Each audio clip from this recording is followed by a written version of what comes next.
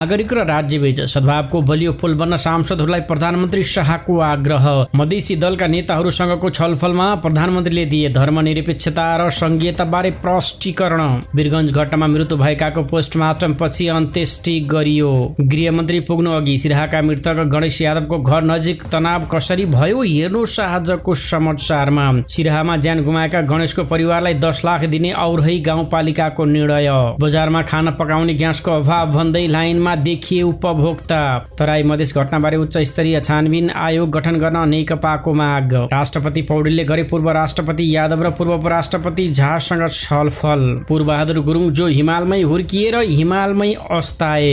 विश्व प्रसिद्ध नेपाली आरोही निर्मल पूर्जा 2 दिनदेखि पाकिस्तानको ब्रोडपिक हिमालमा सम्पर्कविहीन। हिम पहिरोमा परेका निर्मल पूर्जा सहितका आरोहीको कसरी भइरहेको छ खोजी हेर्नुहोस् आजको समाचारमा। सिराहा घटनामा ज्यान गुमाएका परिवारलाई भेट्न पुगे सांसद यादव। छानबिनका लागि आवाज उठाउने प्रतिबद्धता। पर्वतारोहण संघले भेट्यो पाकिस्तानी राजदूत। उद्धार तीव्र बनाउनको लागि गरियो आग्रह। सामाजिक सद्भाव कायम राख्न रासपाको पहल। धार्मिक अगुवाहरूद्वारा ऐक्यबद्धता व्यक्त। मिथ्या सूचनाको पछाडि नलाग्न र जिम्मेवार बन्न नेपाली कांग्रेसका सभापति गगन थापाको आग्रह।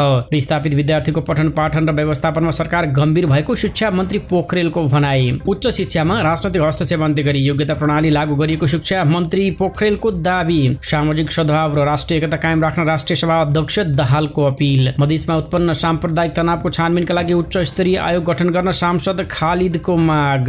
लोकसेवा आयोगले मधेसका केही जिल्लामा उत्पन्न परिस्थितिका कारण परीक्षाको मिति र समय संशोधन गर्यो। 4 अर्ब 60 करोडको स्मार्ट डिलमा समातिए भूपेन्द्र भण्डारी। राहदानी छपाईको ठेक्का प्रकरणमा जोडिएका सिद्धार्थ थापा साधारण तारिखमा रिहा। 250 रुपियाँमा खल्तीको बुलबुक नवीकरण सेवा सुरु। एउटा मिस कलमै घर दैलोमै सेवा दिने।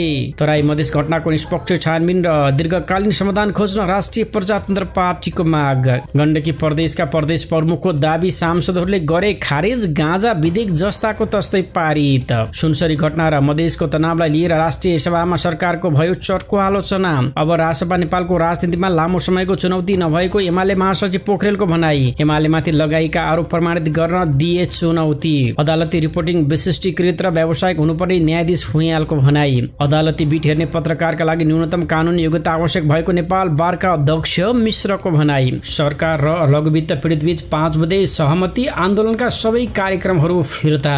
प्रतिफल नदिने पूर्वाधारमा ऋण लगानी गर्दा मुलुक सङ्कटतर्फ गएको पूर्व प्रधान न्यायाधीश श्रेष्ठको तर्क। सार्वजनिक ऋणको त्रास अनावश्यक कर्जा विस्तार सङ्कुचनले अर्थतन्त्र प्रभावित भएको पूर्व गभर्नर डाक्टर नेपालको भनाई। अर्थतन्त्र अप्ठ्यारोमा छ, सद्भाव कायम भए मात्रै समृद्धि सम्भव छ भन्दै निजी क्षेत्रको साझा धारणा।